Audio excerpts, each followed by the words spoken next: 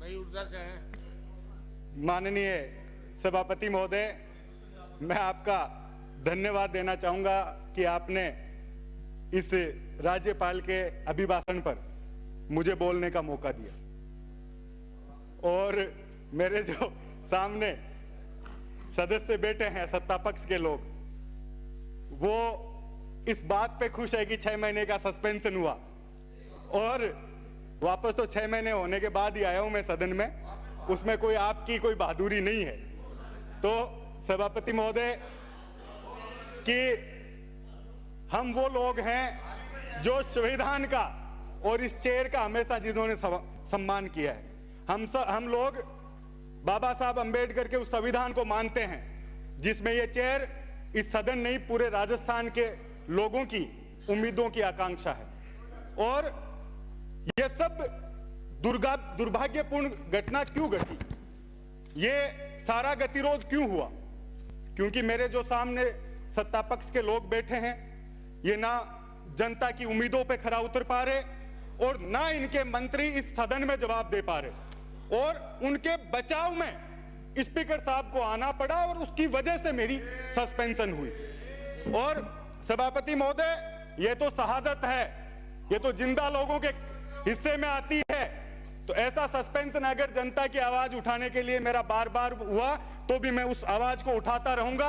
इस बात को इस सदन में रखना चाहता हूं। और आज इस राज्यपाल के अभिभाषण पर बोलने का मौका दिया, ये किताब मेरे हाथ में है और मुझे अफसोस है कि जो भारतीय जनता पार्टी के लोग, जिनकी छवि ये बनी हुई है कि झूठे भाषण दो, झूठे वादे करो, बार बार करो ताकि जनता उनके बहकावे में आ सके। और मुझे अफसोस है कि राज्यपाल महोदय से इतना झूठ 2 घंटे में बुलवाया इन लोगों ने ये किताब हाथ में देकर, जो राजस्थान की जनता के धरातल पर जिसका कोई लेना देना नहीं। पहला बजट इससे पहले आया, वो अभी तक जमीन पर एक भी क्रियान्वयन उस बजट का नहीं हुआ। दूसरा बजट भारतीय जनता पार्टी लेकर आ रही है। और राज्यपाल महोदय को आज से पहले हमने देखा कि यह संवैधानिक पद है और यहां बैठा व्यक्ति राजस्थान की जनता की, दोनों पार्टियों की, पक्ष विपक्ष की बात यहां करता है, लेकिन राज्यपाल महोदय से ऐसे भाषण दिलाया जैसे भारतीय जनता पार्टी के वो कार्यकर्ता के तौर पर यहां बोल रहे हैं। आदरणीय सभापति महोदय, केंद्र का दूसरा बजट अभी थोड़े दिन पहले आया और हमने देखा कि फिर राजस्थान का नाम उस बजट में कहीं भी नहीं था और कहीं भी कोई घोषणा उस बजट में केंद्र के में राजस्थान के लोगों के लिए नहीं हुई। और मैंने एक अखबार में पढ़ा कि जो वित्त मंत्री निर्मला सीतारमण जी हैं, वो जिस स्टेट की, जिस राज्य की साड़ी पहनकर बजट पढ़ती है, उस राज्य को सबसे ज्यादा ये घोषणाएं होती है। पहले उन्हें आंध्रा की पहनी, कभी बिहार की पहनी और इस तरीके से बंगाल की साड़ी पहनी और उसी राज्य को वो बजट दे दिया गया। तो मैं, हमारी वित्त मंत्री सम्मानीय दिया कुमारी जी, वो भी महिला है, मैं उनसे निवेदन करता हूं कि 1-2 साड़ी आप उनको देकर आए ताकि राजस्थान का याद उनको रहे जब वो बजट पढ़े, एक आध घोषणा इस राजस्थान की जनता के लिए हो सके। माननीय सभापति महोदय, आज मेरे से पूर्व वक्ता कह रहे थे, भारतीय जनता पार्टी के जो माननीय सदस्य हैं, वो बोले कि हमने काम किया उसकी तो आप प्रशंसा करो। मैं आपके माध्यम से कहना चाहता हूं सभापति महोदय कि जब हम छोटे थे तब से सुनते थे कि इस राजस्थान में भारतीय जनता पार्टी को सींचने वाले लोग किरोड़ी लाल मीणा जी, वसुंधरा राजे जी, देवी सिंह बाठी जी, ये लोग इस भारतीय जनता पार्टी को सींचने वाले लोग हैं। ये हमारे मुंह से प्रशंसा करवाना चाह रहे हैं, लेकिन वो दिग्गज इन लोगों की खिलाफत कर रहे हैं, सड़क पर उतरे हुए हैं, उसका जवाब इनको देना चाहिए। वो लोग अपनी बात रखो, समय जा रहा है। समय की बात कर रहा हूं, 10 मिनट ही बोलूंगा। बस यही दिक्कत है, हमें इनको प्रोटेक्ट करने के चक्कर में ये सब गतिरोध बढ़ रहा है। तो ये सारे लोग आप लोगों की बुराई कर रहे हैं, हमारे मुंह से आप लोग क्यों बढ़ाई करवाना चाह रहे हैं और क्यों हम करेंगे? राजस्थान की जनता देख रही है। आज सभापति महोदय, किसी भी राज्य सरकार या पुराने टाइम शासक होते थे या केंद्र की सरकार है, वो अपने लोगों को ग्राउंड पर भेजती है कि आप जाकर देखो कि हमारे प्रति लोगों की क्या राय है, क्या परसेप्शन बन रहा है। यहाँ कुछ मंत्री बैठे हैं मुख्यमंत्री जी के प्रति जिनका विशेष लगाव है, उनसे मैं उनको कहना चाहूंगा कि आप जाकर ग्राउंड पर देखो। लोगों ने बहुत उम्मीद की थी कि जब सरकार बनी तो पूरे राजस्थान में paper leak, ERCP, SOG, anti gangster task, इस तरह के वादे भारतीय जनता पार्टी के लोगों द्वारा किए गए।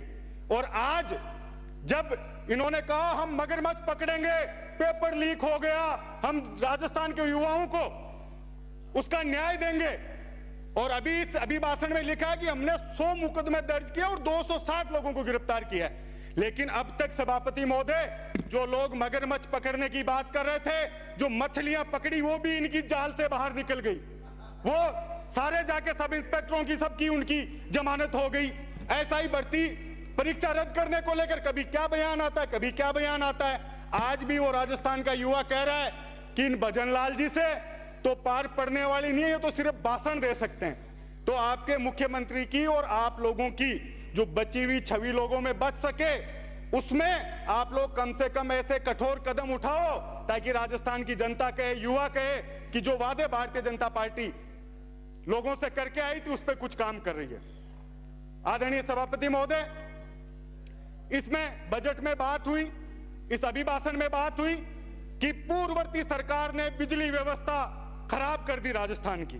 अब आप लोगों की सरकार है, छत्तीसगढ़ में आप लोगों की सरकार है, केंद्र में आप लोगों की सरकार है, कोयला आप कहीं से भी ला सकते हैं, और सोलर, जो सौर ऊर्जा की बार बार आप बात कर रहे हैं। सभापति महोदय, जाके धरातल पर देखो, यह स्थिति है सर्दी के समय भी किसानों को गांवों में, और मुझे लगता है कि आपकी डिक्शनरी में सिर्फ शहर और उद्योग हैं जिनको बिजली दे सकते हो, तो बात अलग है। बाकी गांवों में किसानों की, लोगों की यह स्थिति है, समय पर बिजली आ नहीं रही, वोल्टेज नहीं आ रहे, और बचे हुए में जो कर्मचारी और अधिकारी हैं वो लोग उनकी कटौती करके किसानों को परेशान कर रहे हैं।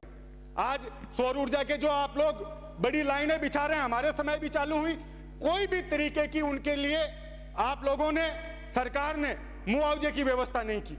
एक किसान है जिसका 1 बीघा का खेत है, 2 बीघा का खेत है, और वहां से लाइन जा रही है, बड़ी लाइन, उनके लिए मुआवजे की व्यवस्था आप लोग प्रॉपर इस सदन से करवाएं, ये मांग आप लोगों से मैं करना चाहता हूं। माननीय सभापति महोदय,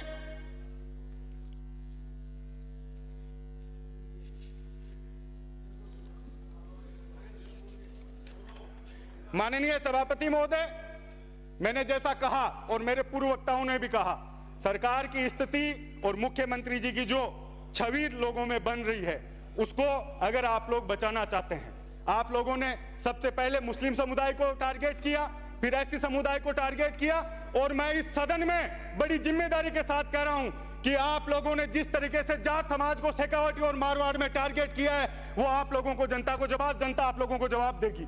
जिस तरीके से जाट समाज के कर्मचारियों को आप लोग जाति और धर्म नाम देखकर जिस तरीके से ट्रांसफर कर रहे हैं, अभी माननीय सदस्य बोल रहे थे हम घर के पास लाए, कितने लोग हर विधानसभा में 100 से 200 लोगों को आप लोगों ने ट्रांसफर किया है, और उनकी कोई वजह नहीं थी।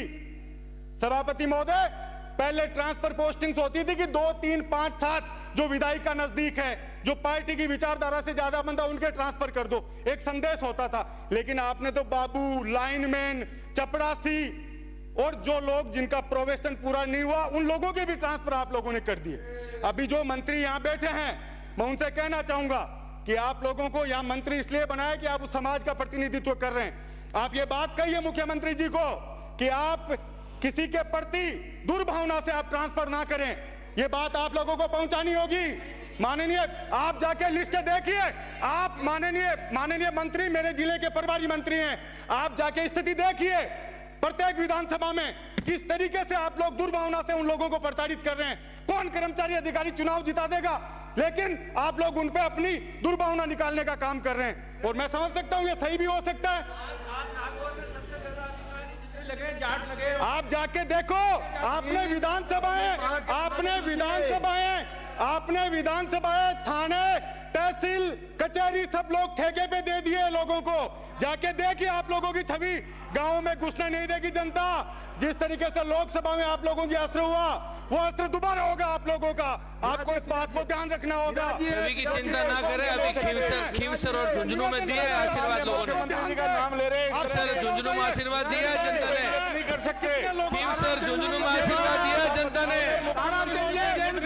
खींवसर झुंझुनू में आशीर्वाद दिया जनता ने। विधानसभा है, कोई सवाल नहीं कर सकते।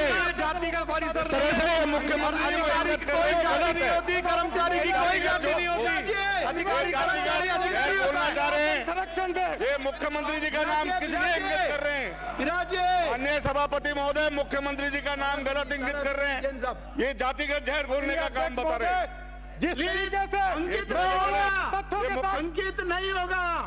समय समाप्त हो गया। विराजिए विराजिए।